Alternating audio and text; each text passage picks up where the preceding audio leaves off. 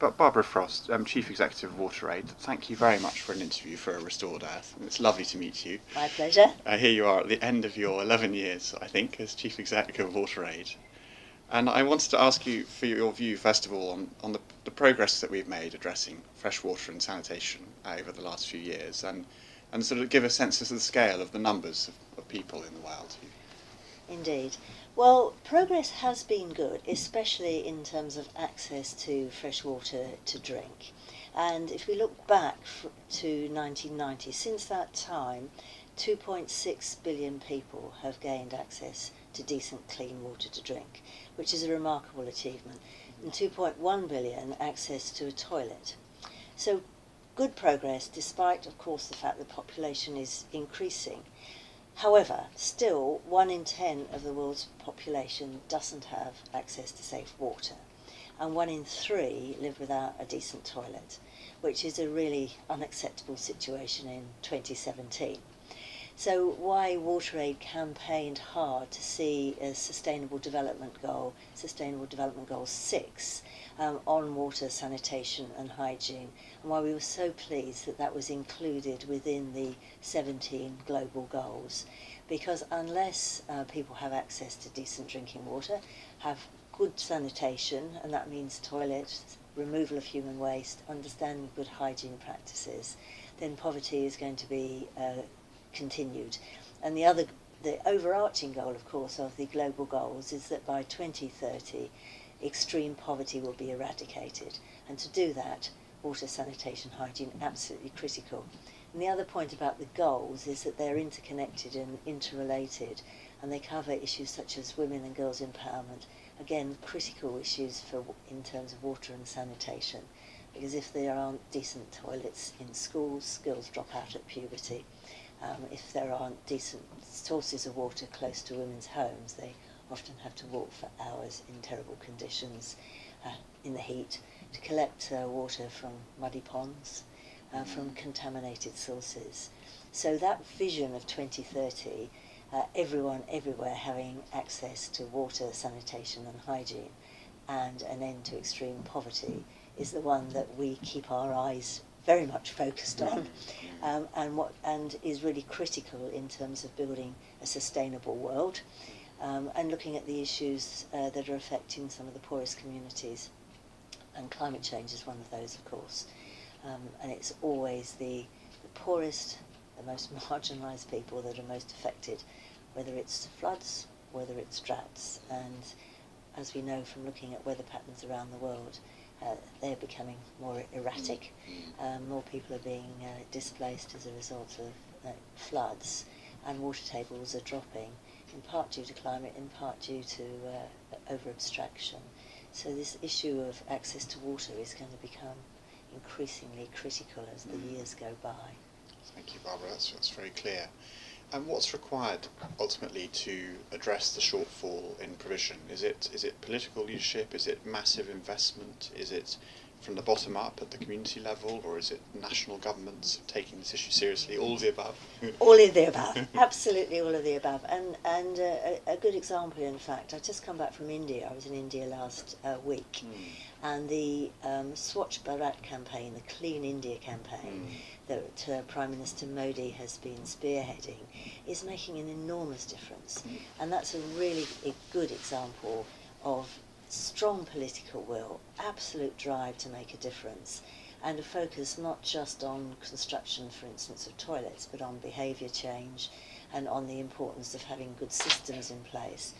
So when we step back and say, so what's needed, we'd say that there needs to be strong political will, then there needs to be government systems that allow services to be sustainable and to reach the poorest, which means good financing, so new sources of financing coming from local revenues, from taxation, from other sources locally, as well as support from international aid where that's needed. So good governance, good systems, financing flowing is the government's part of that, and an enabling environment to allow private sector to invest, because the private sector has to be part of this solution, the solution to this issue, and also where civil society can operate effectively so that the voices of the poorest and the most marginalised are brought to the decision makers, and to ensure that at community level, as you mentioned there, communities are mobilised, understand their rights to water and sanitation, know who's responsible for providing that, know how they can interact with their local governments, etc. So we see it as both top-down and bottom-up, and making sure that the linkages between global, like the global goals, what's going on in national governments, what's going on if say it's a federated country like India, that the states are getting the right support from the national government, and then in turn the local governments or the panchayats in India are getting the right resources, the right support and the right ability to deliver services to poor people on the ground. So it's complex. Complex, yeah. And often people look at water and sanitation and think, well, it must be an easy fix. What's the problem? Why is it not happening? Surely a technical solution must be there, or there must be more money to throw at it. But actually, some of our research has shown that there can be funds around, but governments aren't always able to spend them effectively because they haven't got the right systems in place. It's not really fancy innovations that are needed, though innovation may well help jump some of the problems, some of the advances in desalination that's happening, and what we've been hearing recently about graphene could really advance the potential. But it's really the basics, having a good public works department or a good Ministry of Sanitation, Health, working together, and that absolute determined political drive, which is what we're seeing in the Swachh Bharat campaign in India. Very It's fascinating. Worth looking at their website. Thank you. I Brilliant. will. I'd like to write about that. I imagine you've seen lots of inspiring examples around the world over all this time of working on water, and I wondered if there were any others that came to mind that you felt were particularly illustrative of the kinds of approaches that could make a difference if they were scaled up. And then the book I'm trying to write is very optimistic. We can put the world on a better track. Absolutely. And this is how. So yes, absolutely. I mean, some of the research we did, which is available, which we can provide, was around the Southeast Asian countries that had moved so fast from being in a situation where many of their people lived without water and sanitation to the situation they're in today. So we looked at South Korea, Malaysia, Singapore, and there were some interesting common lessons, which I think is being picked up now in India as well, which is that, first of all, you've got to have that absolute political drive and leadership from the top, but then there needs to be a commitment, and again, the drive for departments to work together, because if basic services are going to be provided, then the health ministries and the health departments at local government level, and water and sanitation people, and public works, they all have to be working on looking at this together as a sustainable long-term solution. And that is absolutely critical to make change happen. And we also discovered through that research that it was, the drive was very much about modernity, development, prosperity, as well as social conscience, and that it was wanting to see the countries shine and be beacons of good practice. So that was kind of interesting at country level. Yes. Then at sort of local level, I mean, we see fascinating and inspiring examples of communities that themselves are doing simple things to make a difference. For instance, there's some case studies we have from Burkina Faso where local communities have been monitoring the water table, the water levels, so how much rain, the levels of rivers and ponds, very simple statistics, the old rain gauge, so that they can also see changes in patterns, but also know a bit better what to expect, so that they can build up their own resilience and be careful about collecting as much water as they can off roofs, for instance, into water harvesting vessels, recharging the aquifer, as well as using simple pumps and wells. So communities are amazingly resilient, and we've heard extraordinary stories too in I visited some of the areas in South Bangladesh which are regularly flooded, and they're flooded by seawater as well, so there's the problems of salination as well as flooding, which affects drinking water, but of course it also affects toilets, because if pit latrines flood, then obviously that contaminates all the water. And what people are doing there in terms of trying to build above ground tanks, again rainwater harvesting tanks, and looking at better construction of the pit latrines so that they're not so likely to be destroyed. But again, not easy in such low-lying areas. But that fortitude of communities to plan, to be resilient, to take the solutions into their own hands, I guess is what inspires us, and why we believe fervently that the 2030 goal could be achieved, can be achieved, to eradicate extreme poverty, but also to ensure that everybody in this world has access to water and sanitation, because it's not rocket science. And we often use the example of our own city of London as well, and after the big stink, how the investment in sanitation hugely changed public health and prosperity, and that it was great for the prosperity of London generally. Yes. Because sometimes people think investment in sanitation comes after prosperity. It's the other way around. Investment in sanitation and water drives prosperity. Very, very powerful. Yeah. In the book, I'm going to write a bit about Rajendra Singh's work on traditional water harvesting in Rajasthan, which I haven't seen. The Prince of Wales has visited. I don't know if you've been there. No, I know. Yes, you know his work. So that's one case study. But I also want to write a bit about how natural ecosystems can help with the provision of fresh water. And Bogota and Nairobi and quite a few of the world's cities, Jakarta, depend to some degree on the fresh water that's generated by the forests or the natural environment surrounding the city. Of course, the Catskills in New York and so on. And I wondered if you could reflect a bit on the interactions between sort of better and integrated water management, sort of environmental management, and the impact that can have on fresh water. No, absolutely. While that's not so much of the focus of WaterAid's work, I think that's what's interesting in Goal 6, and I'm looking at this poster here, which is Goal 6, which shows that integration of all aspects of good water resources management, looking after the ecosystem, making sure that there's not deforestation, and ensuring the environment, I think, is well cared for. I think that's what's interesting about the Sustainable Development Goals, because they're looking at a healthy planet as well as healthy people, because you can't have one without the other. And so working with communities on basic ecosystem protection is something that we also promote, even though it may not be so central to our work. But it's why we work in partnership with people like WWF and Earthwatch and others, because local people know that too. Yes, they know they do. that it's important. And some of that work that Rajendra has done in India in terms of regenerating river basins is incredibly powerful. Very powerful. I'd love to go to those landscapes one day. Have your travels taken you to Rajasthan? I haven't been to Rajasthan. I've seen the pictures from there, but I haven't actually been. Seems like an amazing practice he's done. Yes.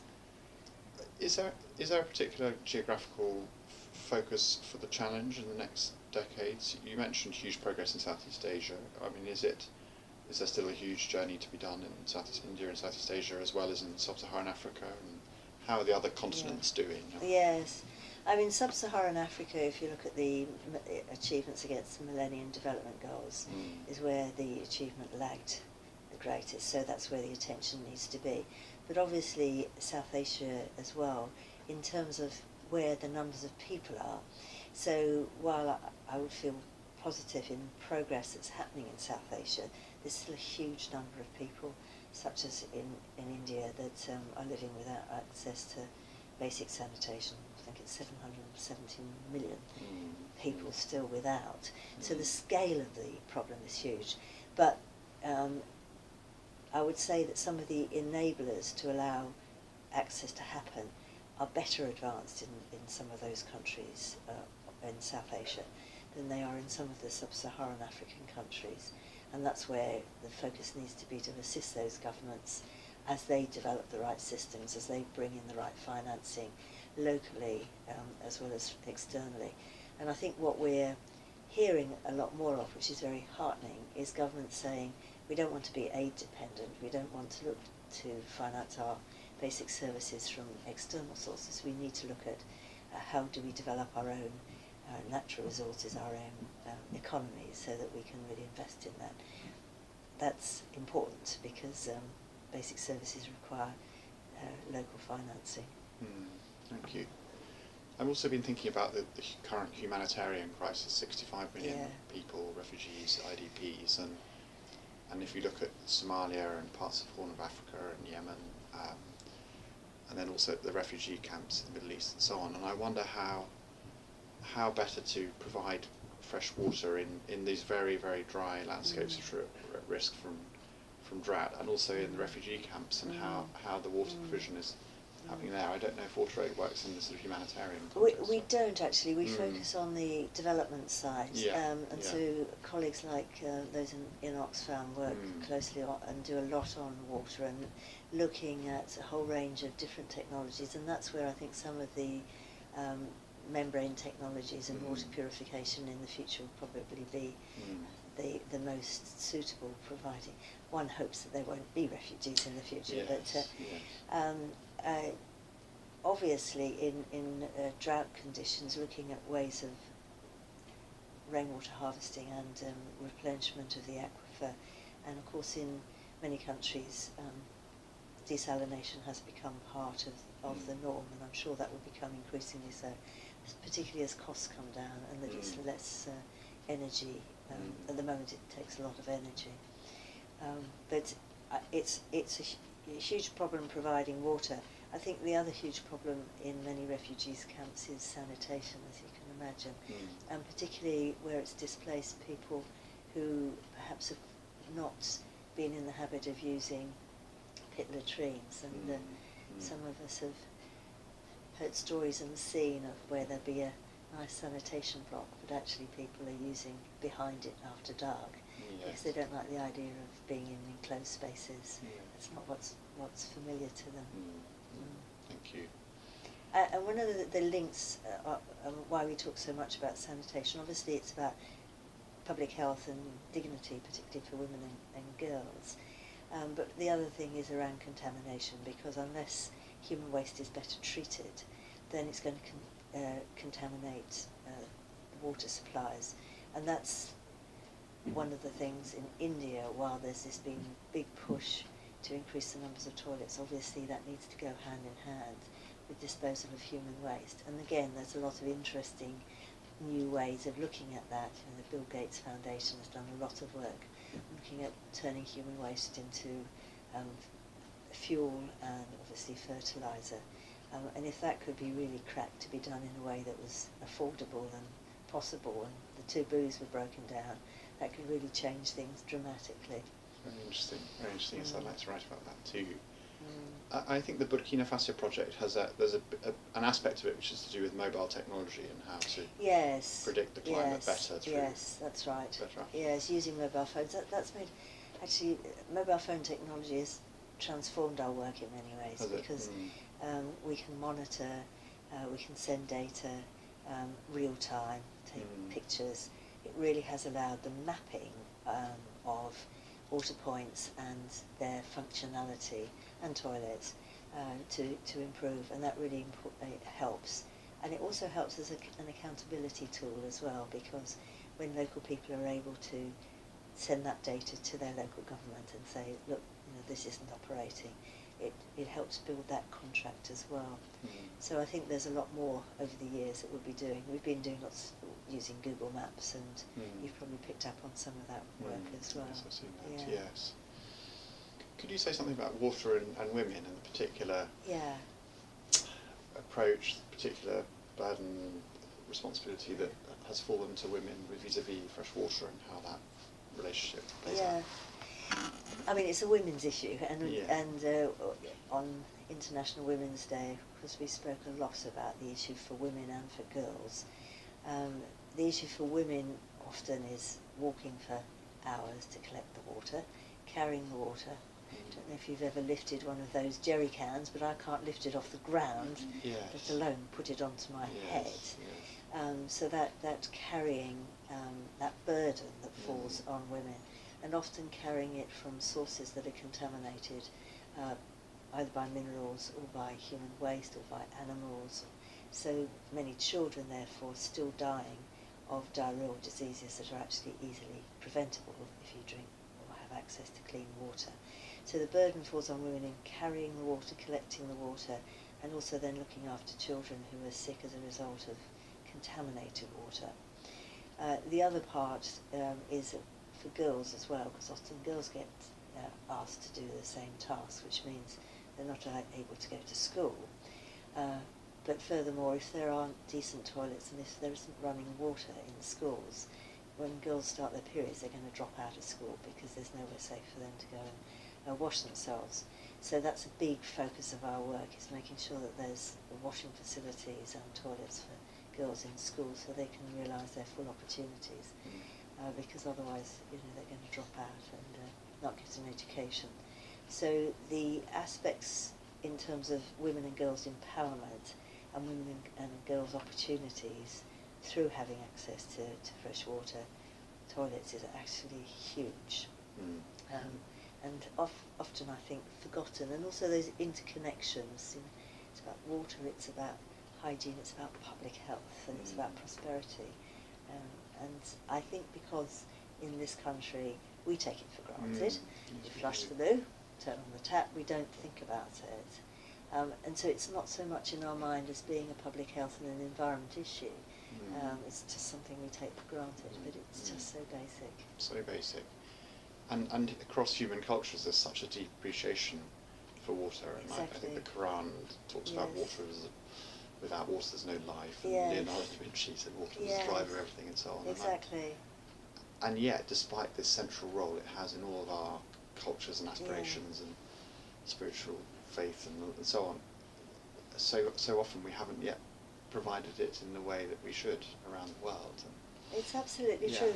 It does feel as if there's more momentum. Yes. You probably heard the Anglican Church have just launched something called Just Water, which is to bring together the Anglican communion around issues of water in the broadest sense, as you're speaking about, but in particular access to drinking water and decent sanitation. And the Archbishop from Cape Town was talking about that at a conference recently in the whole terms. And also there was a meeting in the Vatican on World Water Day, which was also promoting the importance of the issue. So it feels, and as you say, within the Muslim community there's a lot of talk about the importance of water. Many of the countries in which we work, it is often the imams and the church leaders that can be really powerful advocates for change. So, Wonderful. So as you approach the end of your period as CEO of WaterAid, and after all that you've done, are you, if you could sort of wave your magic wand and envisage a world in 2030 with water and sanitation for all, could you describe that world in a sense, and are you optimistic that it can be achieved in a sense? I'm an optimist. You're I'm an a glass optimist, half full person, so it can.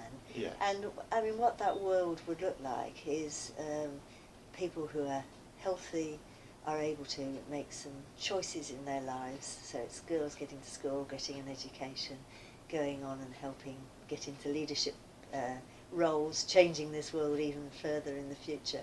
I see a world where people are much more caring about their environment as well, using water carefully and wisely, and not recklessly, as we see in the lucky countries that have access. But we see communities that,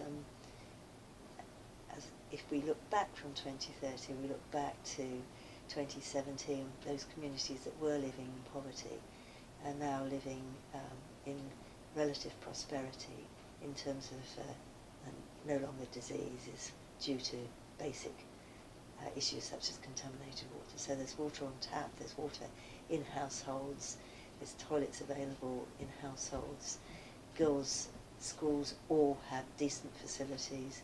People are talking about the importance of ensuring that girls get good washing facilities, etc.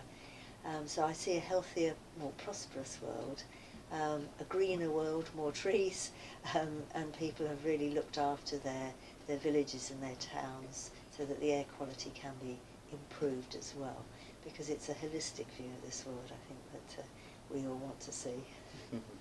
That's wonderful, Barbara. And as an individual here in the UK, what can we do to help? I think it's really important we keep raising the issues and the awareness, not in a negative sense, but in a sense of this can happen. This change is possible if we just all put our minds to it. So in our local environments, so here in the UK, it's about looking after water wisely ourselves, looking after the environment wisely ourselves, but it's also talking about the importance of that for other people, for global prosperity in the broadest sense, and holding our leaders to account to do everything in their power to reduce the impact of climate change, to make sure that we are moving towards a more equitable society as well, where communities are living with basic facilities. Wonderful. And upholding the UK and other governments' support for international development aid, which yes. WaterAid's had a lot of support over the years from DFID, hasn't it? We've had a lot of support from DFID, and more importantly, actually, I think we've had a huge support from the British public. Yes, yes.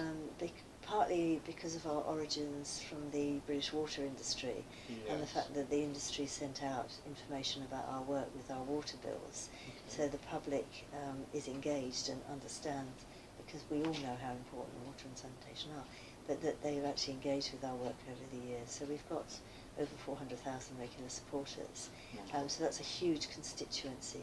And yes, our government, Department for International Development, has supported us, has supported the cause as well. We're always encouraging them to do more about water and sanitation, not through WaterAid, but through the governments that they're supporting, because if they want education programmes to be successful for women's empowerment and girls' empowerment, then water and sanitation need to be part of that. So it's that integration message that we promote and talk to our government partners about. Wonderful. Well, Barbara, thank you so much for an inspiring interview, and all Sure. best wishes for the future. Thank you. And congratulations for what you've done. Thank you, thank you.